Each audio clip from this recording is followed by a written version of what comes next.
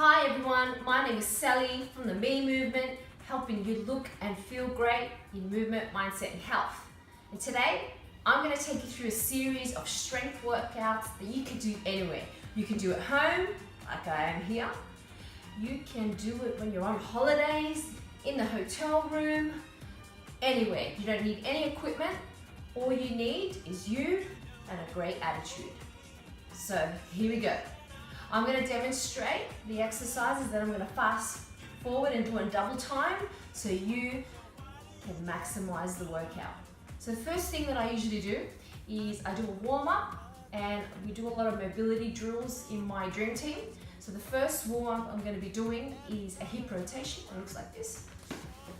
So both legs are crossed, hands behind your back, lifting the legs up and down like this, keeping your feet flat. And what it is, mobility is movement around a joint, and it's almost like WD-40 for the joints. Give it a couple more. Good. Beautiful. The next mobility drill is a goblet squat, and all it is a squat position.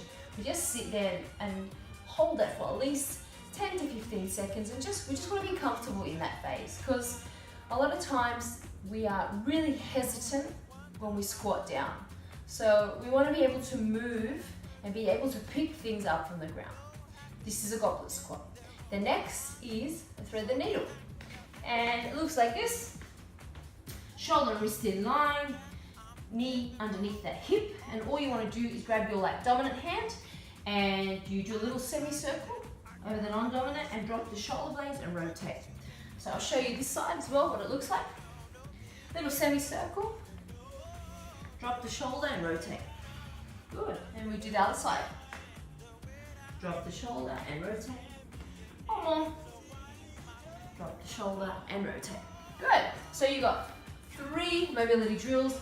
You have the hip rotations, you have the goblet squat, and you have the thread the needle.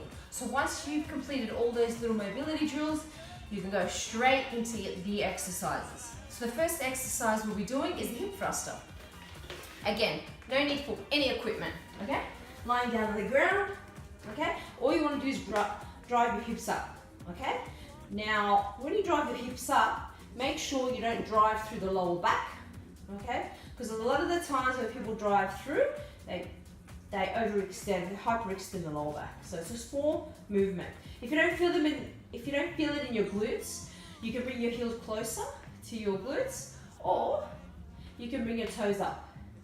So you should feel it in your glutes, your hamstring, maybe a little bit in your calf. Okay, so that's the hip thruster. The next exercise is the curtsy lunge. So I'll step back a little bit so you can see me. Curtsy lunge is exactly what it means. Just think about curtsying. So the dominant leg goes behind one leg and the other. So just like so. If you're going to make it a bit more difficult, you just got to go a little bit lower. Okay, that's the curtsy lunge. Works the glutes, works the quads. It's just a different form of lunge. The next exercise is a renegade row. Now, you can use weights with this one, but at the moment I'm not using any weights here. So, we're going to get into position. Your feet are going to be wider than shoulder width. Your shoulder and wrist are going to be in line. And all you want to do is you want to bring that dominant hand straight across the chest. And then alternate, touching your chest. Make sure you don't hold your breath. Make sure you don't drop your back. You tuck your pelvis in and you kind of brace your torso. That's the renegade row. The next exercise is the knee touches. And it looks like this. Lying down, shoulders off the ground, tilt the pelvis, and at the same time you want to bring your feet up, knee touch your knees. Make sure you breathe out. Make sure you push your spine into the ground. Now you don't need to go up like a sit-up. It's a small little mini crunch. Breathe. That's the knee touches. The next exercise is the tricep floor press. Now it looks easy, but this is quite challenging because triceps are hard. So bring your hands nice and close, okay? Almost like your thumbs are touching, that's how close they're gonna be. And what you wanna do is you wanna tuck your elbows in, okay? Bend, and your forearms hit the floor and drive up. Make sure your knees are shoulder width apart, down and drive up. If you want to put more weight onto your tricep because that's a bit easier. You just shift your weight forward, shift those hips forward, drop, and push up. Good. Now that I've demonstrated all the exercises, I'm gonna hit fast forward and play it in double time. Let's go.